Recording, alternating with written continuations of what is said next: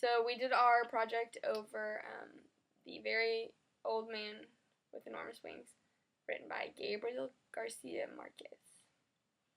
Alright, well here's the first analyzation. Here it comes. There are a lot of crabs in the story. This might be a symbol of STDs, I think, which is spreading. Which is how the kid probably got sick in the first place.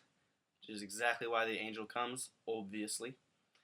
Magical realism is all up in the story. It's what Gabriel loves to use.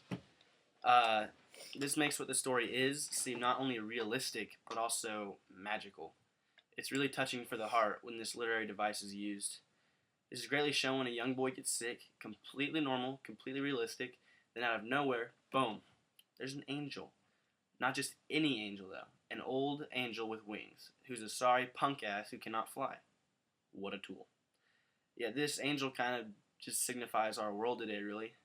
How people are treated. He might, in fact, signify, say, the poor. You know, the people in poverty. Us high-up badasses think we're too good to even respect and care for these lonely people who are obviously just pathetic losers. That's just a joke, though.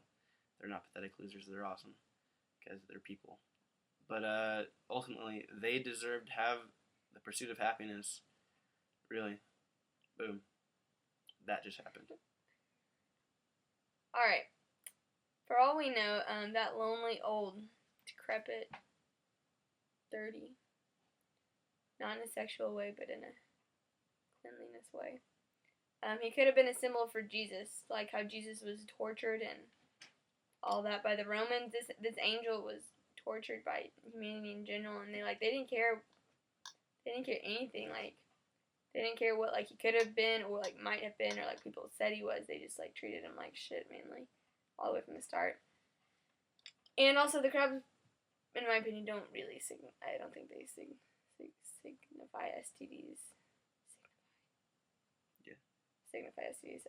I feel like that'd be too obvious, or just, I don't know, just something.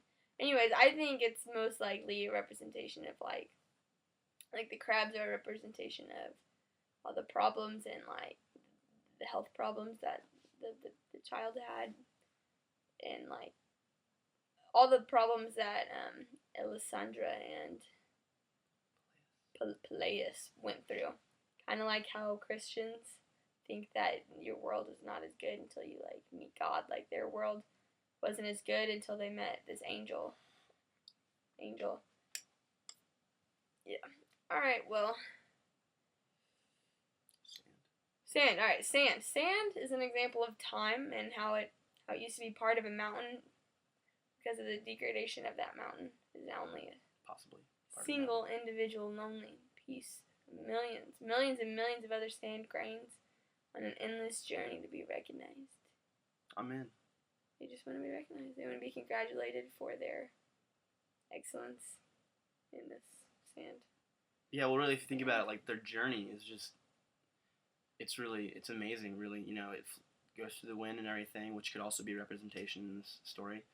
But, if that one little tiny piece of sand, that grain, grain? Yeah, that grain landed, on a beach, per se.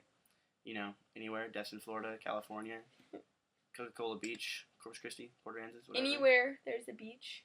In the world. In America. No, only America. It changes people's lives, really. Chicks love to tan on the sand. And then men love to run in the sand and impress the chicks. That couldn't happen. The possibility would just vanish without the sand. It unites humanity and nature in one. Sorry. It's okay, it's just my cat. It becomes one. And that about sums it up. See you later, Mr. Warren.